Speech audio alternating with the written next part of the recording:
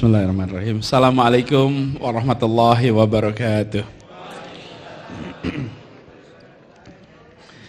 Alhamdulillah. Alhamdulillahilladzi arsala rasulahu bil huda wa dinil haq liyudhhirahu ala dini kullihi wa kafa billahi shahida. Asyhadu an la ilaha illallah wa asyhadu anna Muhammadan abduhu wa rasuluh. Allahumma shalli ala sayyidina Muhammad wa ala alihi wa ashabihi ajmain. Amma ba'du. Yang saya hormati, yang saya muliakan kakak kami, saudara kami, Bapak Dr. Andes Usama Hisam, insyaallah beliau selalu diberikan kesehatan, dimudahkan dalam menjalankan amanah yang besar ini, dan terus di dalam keberkahan Allah. Dan seluruh jajaran pengurus pusat Persaudaraan Muslim Indonesia, juga yang saya hormati Majelis Syariah Parmusi, Ketua Pak Kiai Haji Abah Raud Bahar, insyaallah beliau juga selalu sehat. Yang saya hormati juga Majelis Penasehat Parmusi, Bapak Profesor Dr. Laude Kamaludin. Yang saya hormati Profesor Dr. Husnan Bey Fanani, juga Dr. Serian Wijayatno, Ketua Lembaga Pendidikan Islam, dan saya hormati Kiai Subhi, Wakil Ketua Parmusi, dan juga yang saya hormati Ketua Daiyah Parmusi, Ibu Hajah Fahira Idris yang baru saja dilantik. Boleh tepuk tangan untuk Bu Fahira. Ini beliau ini anggota DPD yang salah satu yang paling aktif di Jakarta. Jadi tidak pernah lewat Jakartanya ini. Para pengurus wilayah Parmusi se-Indonesia dan begitu banyak tokoh-tokoh yang hadir di sini. Ada Pak Sekjen, mana Pak Ferry tadi? Pak Sekjen. Kemudian banyak ustazah, ustadz yang mohon izin tidak disebut nama satu-satu untuk bisa menyingkat waktu. Alhamdulillah. Pagi hari ini kita mendapatkan kemudahan atas izin Allah bisa sama-sama hadir di dalam pembukaan musyawarah kerja yang insya Allah nantinya musyawarah ini produktif, menghasilkan rencana kerja yang bisa dieksekusi, dan seperti tadi disampaikan oleh Bang Usama bahwa 2023 akan bisa muncul sebuah gerakan baru yang gelombangnya bisa mewarnai umat Islam di Indonesia. Saya bersyukur sekali bisa ikut hadir, dan seperti saya sampaikan tadi, memang beberapa waktu ini di Jakarta banyak sekali hal-hal baru dinamis. Jadi saya sampaikan lebih baik mendadak datang daripada mendadak batal. Kan gak enak kan mendadak batal Bang Usama? Mendadak datang daripada mendadak batal. Dan ini satu kesempatan untuk silaturahmi langsung. Karena biasanya ngobrol satu persatu Bang Usama, dan seperti disampaikan tadi, Parmusi ini bukan sesuatu yang asing. Saya tumbuh besar dalam suasana yang selalu menceritakan Parmusi ketika di Jogja dulu. Dan tadi pagi saja saya mau pamit itu, saya ketika pamit ibu di rumah. Jadi saya kalau pagi pamit, Bu mau berangkat hari ini, acara kemana pagi ini? Pagi ini langsung ke Parmusi, dan Ibu Parmusi, Masya Allah hari ini Parmusi. Jadi beliau itu langsung gitu. Biasanya ya biasa, oh ya mudah-mudahan lancar begitu ya, didoain. Tapi ini insya Allah juga penanda bahwa mudah-mudahan begitu banyak keluarga, begitu banyak masyarakat yang punya ikatan sejarah panjang dengan Parmusi. Karena Parmusi ini bukan sesuatu yang baru, dan harus selalu diingatkan, ini persaudaraan muslimin Indonesia. Ini harus menjangkau semua. Kalau disebut bahwa umat Islam di Indonesia itu 86%, maka jangan dibagi-bagi lagi. Terlalu sering 86% ini kita bagi-bagi, lalu kita potong-potong. Akhirnya tinggal 10, 15, 20, 30%. Ini 86 ini semuanya. Parmusi harus bisa menjadi simpul persaudaraan itu semua. Jangkau semua. 86 ini dijangkau semua. Jangan kita ikut-ikutan dengan analis sosiologis. Analis sosiologis itu memang untuk kebutuhan analisa mereka melakukan kategorisasi. Sama kalau ahli ilmu sosial datang ke ruangan ini, maka dia akan menganalisa yang PC putih berapa persen, yang PC hitam berapa persen, yang sorban berapa persen.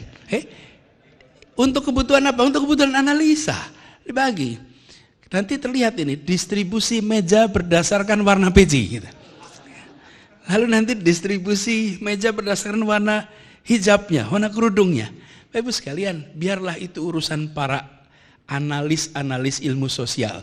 Bagian Parmusi menjaga keutuhan dari seluruh umat Islam di Indonesia. Apalagi sekarang dipimpin Bang Usama. Bang Usama Hisham ini selain beliau adalah, kita dengar tadi, beliau berbicara tadi sama Pak Prof. Fanani juga kita sampaikan. Ini ungkapan dari hati, ungkapan orang ikhlas. Insya Allah Bang Usama ini bisa jangkau ke kanan kiri. Karena beliau itu seorang entrepreneur. Kita jangan artikan entrepreneur sebagai pengusaha rupiah. Entrepreneur itu ada social entrepreneur, ada policy entrepreneur, ada political entrepreneur, dan ada business entrepreneur. Seseorang yang mampu mengubah kesempitan menjadi kesempatan itu adalah seorang entrepreneur. Dia adalah entrepreneur. Jadi kalau dalam situasi kesempitan jadi kesempatan itu entrepreneur. Kalau yang punya kesempatan jadi kesempitan, itu orang cemberut terus Pak itu. Itu nggak ada kesempatan itu. Kesempatan saja dipandang sebagai kesempitan. Tapi kalau yang bisa memandang kesempitan semua, ini adalah seorang entrepreneur. Nah, menjangkau semua. Dan insya Allah ini kemudian sesuai dengan ikhtiar awalnya. Menjadi kalau lihat sejarahnya, Miai dari dulu, dan kemudian menjadi rumah bagi semuanya. Kan begitu, bukan kira-kiranya kalau kita ingat proses perjalanannya. Ini juga penting. Barangkali Parmusi untuk kembali mengungkapkan sejarah perjalanan perjuangan umat Islam di Indonesia. Supaya kita tahu, seringkali kita paham sirah Rasul tapi tidak paham sejarah perjuangan umat Islam di Indonesia. Padahal ini menggambarkan betapa perjuangan di tempat ini, di tanah ini luar biasa. Jadi itu sebuah harapan untuk Parmusi. Dan tadi disampaikan tentang niatan untuk membangun desa madani. Kalau boleh Bang Usama usul desa madani dan juga kampung madani, Bang. Kenapa kampung madani? Begini, sejak tahun 2009 lebih banyak orang tinggal di kota daripada di desa di Indonesia. 2009 itu pergeserannya. Dan diperkirakan di tahun 2050 di Indonesia 75% penduduk Indonesia akan tinggal di perkotaan. Pedesaan jumlah penduduknya berkurang. Yang penuh adalah di perkotaan. Di seluruh dunia diperkirakan tren yang sama itu terjadi, bahkan mungkin lebih awal. Karena itu makin hari kawasan kota menjadi makin penting. Dan di kawasan kota inilah interaksi makin intensif. Di kawasan kota inilah kita ketemu problematika menjalankan kewajiban pribadi kita dengan konteks kerja. Saya beri ilustrasi. Ketika saya mulai bertugas di Jakarta, saya menemukan, waduh, di Jakarta ini kalau sudah jam 5 sore, orang pulang kerja.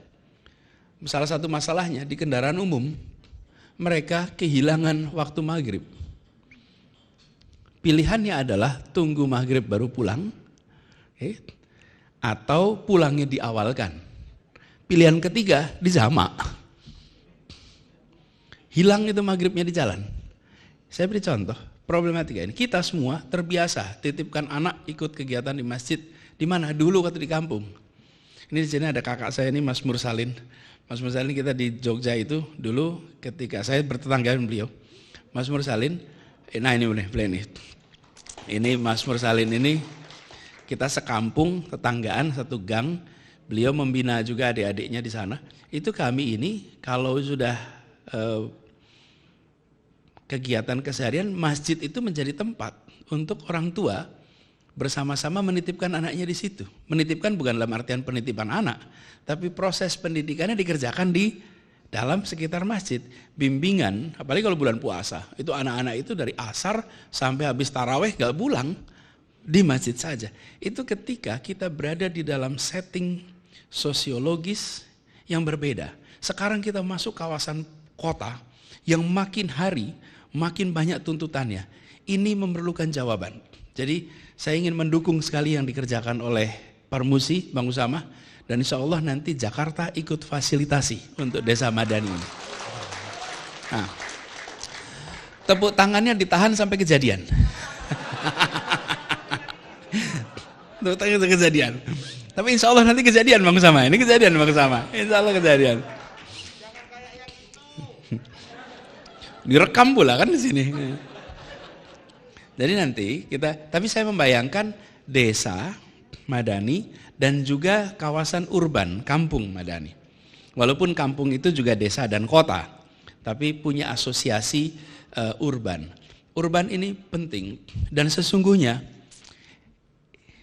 Islam ini adalah agama orang urban.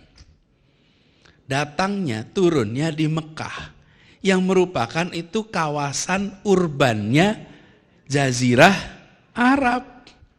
Memang tumbuh besarnya itu di perkotaan. Settingnya kota.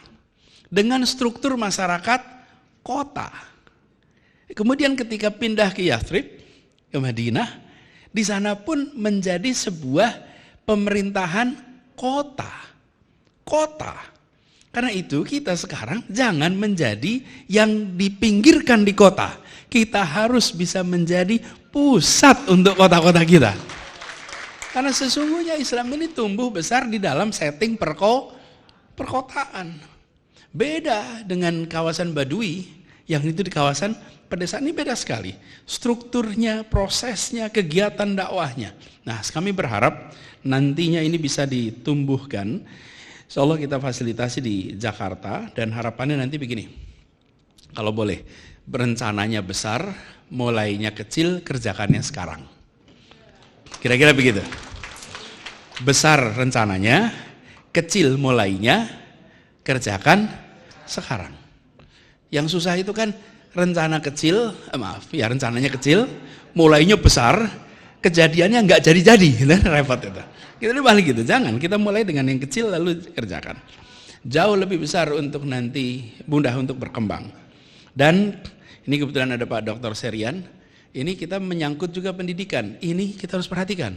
Bayangkan Ibu Bapak sekalian, kita ini hidup di abad 21, tahunnya 2022. Anak-anak kita, anak abad 21, gurunya abad 20. Ruang sekolahnya abad 19 Bapak Ibu. Jadi 3 abad itu satu tempat nih sekarang. Kalau datang nih ke sekolah, sekolahnya bangunannya abad 19, gurunya abad 20, siswanya abad 21. Ini perlu terobosan. Nah di sini ada samping Abah ini, ada namanya Pak Dr. Laude Kamaludin. Ini beliau ini adalah pendiri ISNET, Islamic Network tahun 80-an, 90-an yang menjadi platform digital di masa orang belum berdigital. Hari itu orang belum digital, beliau sudah berdigital. Itu kita semua yang pada sekolah itu tahu persis, ini gelombang pertama. Betul ya Bang Laude ya? Itu bergerak melampaui zaman. Pada saat itu tidak ada yang membicarakan tentang digital hari itu. Sekarang harapannya nih Bang Usama, mudah-mudahan bisa jadi bahan ini. Bahwa sekarang 3 abad itu dikonversi jadi satu. Yang bangunan abad 19, gurunya abad 20, siswanya abad 21, sekarang hikmah dari pandemi itu harus bisa dikonversi menjadi semuanya abad 21. Ini perlu terobosan, karena tidak mudah. Bagaimana kegiatan dakwah kita sekarang menggunakan bukan hanya aplikasi teknologi ini, tapi yang lebih penting adalah materinya. Ini Bapak Ibu sekalian, alat ini itu diproduksi oleh orang-orang yang bisa membuat aplikasinya, teknologinya. Tapi isinya itu dibuat oleh orang kreatif. Dibuat oleh orang inovatif. Kalau alatnya, tidak usah. Saya pernah bilang gini, orang yang belajar ilmu 5 kali 6 sama dengan, 8 kali 7 sama dengan berapa? 56. Itu mau dijawab di Jakarta, dijawab di Madinah, dijawab di New York, dijawab di Paris, sama. Tapi mereka yang bisa membuat pantun, mereka bisa berkreasi, itu tiap orang punya jawaban yang beda-beda. Alat ini diciptakan oleh orang-orang yang bisa menghitung matematika. Tetapi isinya dibuat oleh orang-orang yang kreatif, yang inovatif. Nah sekarang kita sudah memiliki alatnya, sudah kita punyai isinya. Nah bayangkan bila nanti bisa dikombinasikan itu sehingga kegiatan dakwah digabung dengan desa madani, memanfaatkan teknologi terbaru, lalu dia menjadi sebuah sistem pendidikan dakwah ala Parmusi. Itu dahsyat. Nah ini harus ada dikerjakan, tapi ini harus ada actionnya. Sehingga harapannya nanti 86 ini digarap semua. Tidak kita segmentasikan. Ini satu harapan untuk Parmusi. Yang berikutnya, izinkan saya juga menyampaikan. Tadi disampaikan tentang kondisi umat, kondisi tantangan zaman. Bang Usama tadi menyampaikan kita ini hidup dalam keterbelakangan. Kita sering tertinggal bukan karena tidak mampu, tapi karena tidak mengantisipasi perubahan. Karena itu penting sekali bagi kita semua untuk mengantisipasi perubahan itu. Kami coba sebagai ilustrasi apa yang dikerjakan di Jakarta. Banyak yang tertinggal. Tadi bicara ekonomi, rakyat kita banyak tertinggal. Pandemi kemarin memberikan hikmah tersendiri bagi kita. Bayangkan, di Jakarta ini, begitu kondisi pandemi terjadi pembatasan interaksi, maka mereka yang pendapatannya harian langsung kehilangan sumber mata pencarian. Langsung. Dan itu diperhatikan yang dulu pulang kampung. Pulang kampung siapa yang pulang kampung? Yang pulang kampung tidak punya aset. Gerobaknya sewa, kontrak rumahnya kontrakannya juga petak kontrakan, tidak ada pendapatan. Inilah yang generasi awal pulang kampung. Karena itu kita di Jakarta mencoba untuk apa yang harus saya lakukan? Tidak bisa didiamkan ini. Di sisi lain ada pasar ekonomi yang berkembang namanya digital, yang jualannya online. Nah yang jualan online kalau sampai makanan itu yang jualnya tengah ke atas, yang kaki 5 itu nggak dagang online. Yang jual ke atas itu yang fotonya bagus, yang bisa masang itu tengah ke atas tuh. Tapi tengah ke bawah nggak masuk. Lalu kita mencari cara apa yang bisa kita kerjakan. Diskusi sana sini ketemu. Bagaimana memasukkan mereka dalam perekonomian digital. Ternyata mereka tidak bisa masuk. Karena apa? Tidak punya IUMK namanya, izin usaha mikro kecil. Yang kedua, mereka tidak punya NPWP. Coba aja datang kepada gerobak bakso tuh tanya, Pak punya NPWP? Pasti jawab apa itu gitu. Punya IUM karena punya. Jadi apa yang dikerjakan kami? Yang kami kerjakan adalah mengirimkan petugas menyisir semua pedagang kaki 5 dan membagikan IUMP dan NPWP kepada mereka semua. Dibagiin aja sudah. Nggak usah pakai syarat rumit-rumit, bagiin. Dan apa yang terjadi? Awalnya ditolak, Pak. Karena kalau petugas datang tuh biasanya mau gusur, Pak. Jadi waktu datang mendata itu mereka mengira akan ada proses pengusahaan. Sebetulnya akan diberikan izin. Tapi yang mengharukan adalah datang ke kelurahan-kelurahan. Pada masa pembagian UMK itu ibu-ibu berderet ratusan itu di kelurahan-kelurahan se-Jakarta. Apa mereka? Ngantri minta izin usaha supaya di rumahnya punya izin. Dulu kalau tidak punya IMB tidak punya izin usaha. Kalau tidak punya persyaratan A, B, C, D, E tidak dapat izin usaha. Izin usaha itu akhirnya diambil oleh mereka yang tengah ke atas semua. Yang bawah-bawah tidak punya apa-apa. Rumahnya aja ngontrak, ukurannya bilik, asetnya tidak ada. Bagaimana mereka bisa dapat izin? Kemarin semua berizin. Ini bagian dari hikmahnya. Bagi. Dan apa yang terjadi? Dari cuma 58.000 sepanjang sejarah Jakarta yang punya IUMK itu cuma 58.000. Dalam waktu kurang dari 1 tahun menjadi 252.000 pemilik IUMK se-Jakarta. Dan ketika mereka punya, apa yang terjadi? Mereka tersambung dengan pasar digital. Ini satu ketika saya pernah mengalami malam-malam makan pecel lele di kawasan Pasar Jumat. Jam 9, jam 10 malam. Lalu pesan pecel lelenya, kaki 5 otomatis di pinggir jalan. Ya warung pecel lele yang biasa kita lihat itulah. Ketika pesan, lama juga nggak datang ini pesanannya.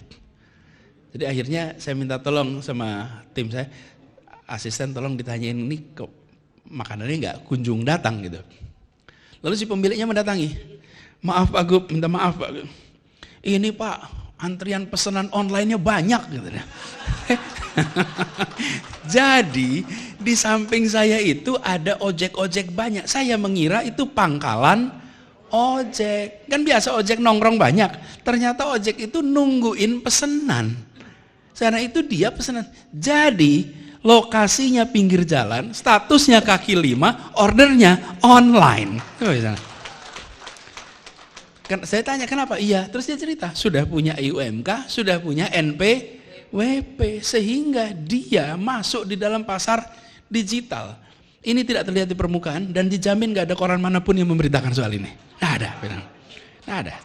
Tapi yang penting bukan pemberitaan, yang penting rakyat merasakan perubahan kondisi perekonomian. Itu yang paling penting. Prinsip ini juga yang dipegang dari awal. Ketika kita berbicara tentang pemberdayaan di masyarakat. Masyarakat kita ini banyak yang tergusur secara sistemik tanpa kita sadari. Contoh saja paling sederhana. Alhamdulillah sekarang selama 4 tahun ini tidak ada kenaikan PBB. NJOP-nya naik tapi PBB-nya tidak naik. Kenapa ini naik? Oh sekalian, saya ini khawatir betul. Karena Jakarta pernah mengalami. Ada masa di mana PBB di Jakarta itu NJOP-nya naik 500%. Kalau NJOP di kota ini naik 500%, itu artinya apa? Coba kalau kita lihat, kalau kata orang pemerintah nih, meningkatkan pendapatan daerah. Iya, kelihatannya begitu. Saya sampai panggil semua tim ini, apa yang terjadi naik pajak 500%? Apa sih kalau dinaikkan 500% itu? Artinya, saudara-saudara yang tidak mampu bersiaplah keluar dari Jakarta. Oke? Itu implisit. Bukan pendapatan pemerintah, ini artinya pelan-pelan nanti orang pada nunggak pajak. Setelah pelan-pelan nunggak pajak, ujungnya menjual tanah. Kalau menjual tanah kepada siapa? Berhenti, tidak ada lagi kenaikan seperti ini. Sekarang justru diubah. Mereka bahkan kalau lihat tempat-tempat yang strategis, bayangkan para pendiri republik ini. Ini contohnya, Toko Parmusi. Pak Natsir, kenapa Pak Natsir rumahnya dijual?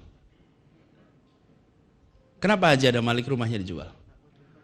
Kenapa tokoh-tokoh pendiri bangsa rumahnya satu-satu di Menteng itu lepas? Kenapa? Tidak mampu bayar pajak. Bayangkan mereka berjuang untuk kemerdekaan tanah ini dan mereka terusir akibat pajak tanah tempat mereka tinggal. Harus berhenti itu. Diubah sekarang. Semua keluarga yang tinggal di rumah orang tuanya pejuang maka dibebaskan pajaknya. 0 rupiah. 0. Tidak ada.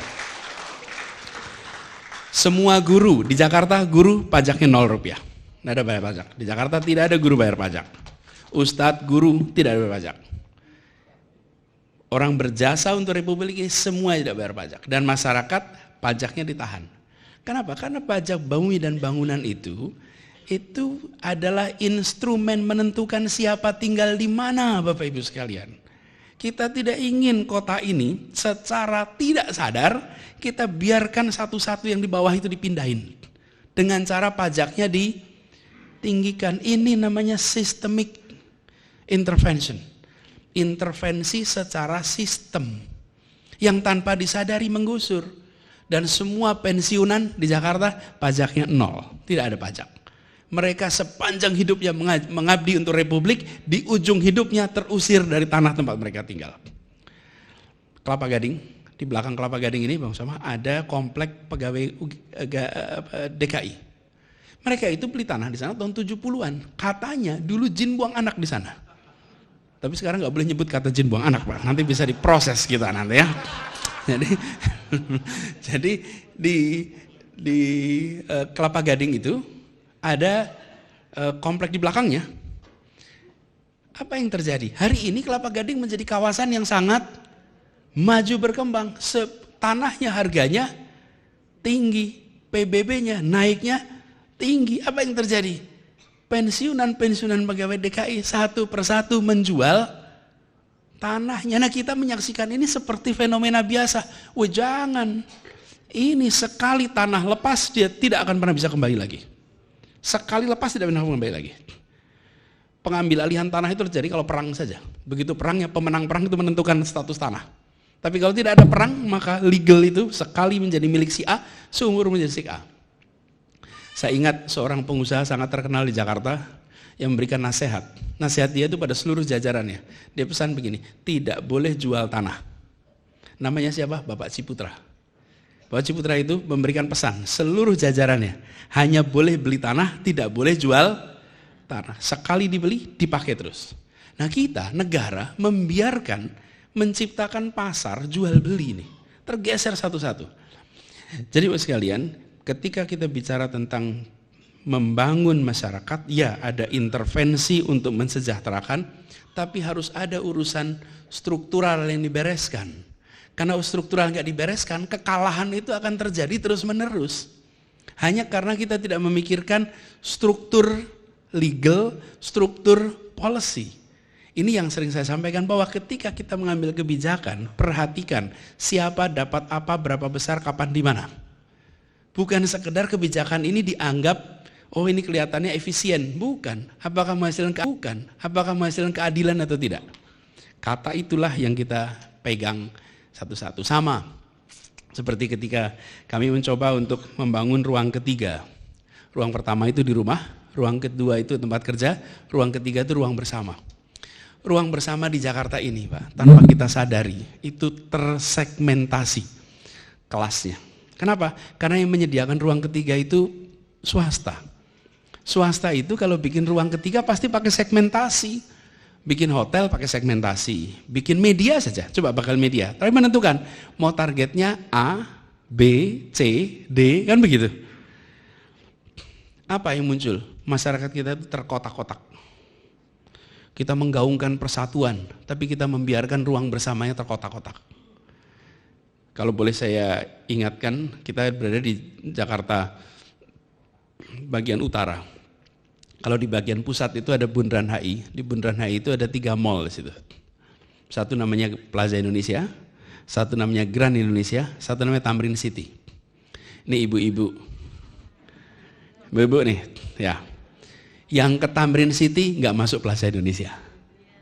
Yang ke Plaza Indonesia nggak mau masuk Tamrin City. Oke? Tanpa kita sadari tempat yang bersama itu ada segmennya, stratifikasi. Siapa yang masuk mall A, siapa yang masuk mall C, siapa.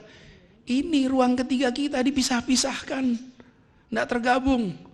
Berangkat ke kantor, berangkat ke tempat kerja. Yang miskin naiknya motor panas, yang makmur naiknya mobil nyaman. Betul, saudara? Oke? Nggak ketemu di jalanan. Kita mau bikin masyarakat yang berinteraksi nggak dibangun. Karena itu yang kita lakukan apa? Bangun transportasi umum. Supaya apa? CEO maupun pengangguran bisa antri di tempat yang sama. Bisa duduk di tempat yang sama. Berdiri di tempat yang sama. Negara hadir untuk semuanya. Dan bagi-bagi. Jadi ketika kita bangun transportasi umum di Jakarta itu jangan dibayangkan untuk soal lalu lintas. Bukan. Lalu lintas iya. Tapi membangun ruang ketiga di mana orang bersama. Ketemu, karena berangkatnya sama-sama. Di transportasi umum tidak ada kelas bisnis, tidak ada kelas ekonomi, nggak ada itu semua. Sama semuanya. Dan dibuat nyaman. Jadi kalau Bapak Ibu sekarang di sini, Pak Parmusi sudah pernah naik MRT belum ya di luar kota ini? Kalau sudah, alhamdulillah. Kalau belum, yuk kita atur naik MRT. Keliling pakai bis Transjakarta. Nanti akan merasakan. Sekarang beda sekali. Pengalaman kita itu dulu bisnya di tengah jalan diturunin, ngetem. Sekarang kalau saya boleh taruhan nih, kalau ada yang bisa menemukan Kopaja, saya beri uang 1 juta rupiah. Kopaja zaman dulu nih, Metro Mini, kalau bisa ketemu yang asapnya masih gede, udah nggak ada sekarang. Kopaja, Kopamilet, udah nggak ada semua itu. Nggak ada, dan tidak ada drama, nggak ada penggusuran, nggak ada penutupan, tidak. Mereka semua sudah berubah semuanya menjadi modern. Kenapa? Karena kita ingin bangun ruang ketiga. Tujuannya bukan tujuan teknis, tujuannya tujuan sosiologis, sehingga terbangun kebersamaan di masyarakat. Taman di Jakarta ini dibangun, kenapa? Karena kita ini terlalu lama menempatkan taman itu sebagai garden. Kalau bahasa Inggris garden. Taman itu ada garden, ada park. Kalau garden itu untuk ditonton, kalau park itu untuk bermain. Nah kita, taman-tamannya itu kita tempatkan sebagai garden buat tontonan semua. Bayangkan Monas yang segitu besar, rumputnya ditulisin dilarang menginjak rumput. Lah terus buat apa ada rumput sebesar itu kalau nggak boleh diinjak? Kenapa? Lah iya kan nggak boleh diinjak. Loh itu kan kalau tontonan. Lah ini tempat main di seluruh dunia. Kalau namanya taman itu untuk bermain, namanya park, P-A-R-K. Kalau garden ya nggak boleh diinjak, nggak boleh dipegang, itu namanya garden. Lah kita se-Jakarta disebutnya garden. Jadi semuanya dilarang diinjak. Sampai cabutin itu semua. Jadi hari ini sekarang datang ke taman manapun tidak ada lagi tulisan dilarang menginjak rumput. Tidak ada. Kenapa taman itu dibangun? Biarkan yang kaya dan yang miskin ketemu ruang bersama, berinteraksi di situ. Karena itulah ruang ketiga kita. Kalau tidak pada ketemu, nggak pada berinteraksi, lalu terjadilah urutannya begini nih, polarisasi, friksi, konflik.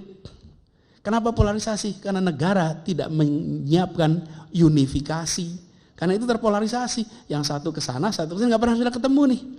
Timbul ketegangan, lalu muncullah friksi. Setelah friksi munculnya konflik. Kalau konflik diteruskan namanya pecah. Pecah itu paling ujung. Polarisasi, friksi, konflik, pecah. Nah ini harus dicegah, dibangun. Ini semua sekedar contoh saja. Bagaimana kita mencoba untuk mengikhtiarkan hadirnya perasaan keadilan, kesetaraan di Jakarta. Mudah-mudahan ini akan bisa langgeng nantinya. Doakan ini bisa terinstitusikan. Saya insya Allah 4 bulan lagi selesai di Jakarta. Bulan Oktober besok. Doakan bisa husnul khotimah. Dan itu tuntas. Kemudian nanti Jakarta itu kan kalau Ibu Fahira masih terus di sini, nanti ikut ngejagain Bu Fahira. Dan kita berharap nantinya ke depan berbagai hal terutama yang menyangkut soal kesetaraan kesempatan, keadilan, mengangkat mereka yang selama ini terpinggirkan, melindungi agar mereka tidak terkesampingkan, itu bisa kita jaga sama-sama di Jakarta ini. Doakan ini bisa terlaksana dengan baik. Dan insya Allah Mukernas ini juga bisa berlangsung dengan lancar, menghasilkan keputusan-keputusan yang bermanfaat, dan sekaligus saya ini mohon pamit sesudah ini langsung meneruskan kegiatan di Balai Kota, dan insya Allah nanti kita ketemu lagi. Tapi yang soal tadi masalah kampung madani nanti kita langsung tindak lanjuti, Bang. Demikian dari saya, salam untuk seluruh keluarga dimanapun keluarga berada yang menyempatkan datang ke Jakarta. Insya Allah silaturahminya terjaga terus, dan titip permusi jangkau 86%. Jangan ikut dalam bagi-bagian itu. Jangkau 86% ini. Jangan dibagi-bagi. Terima kasih, kurang lebih mohon maaf. Assalamualaikum warahmatullahi wabarakatuh.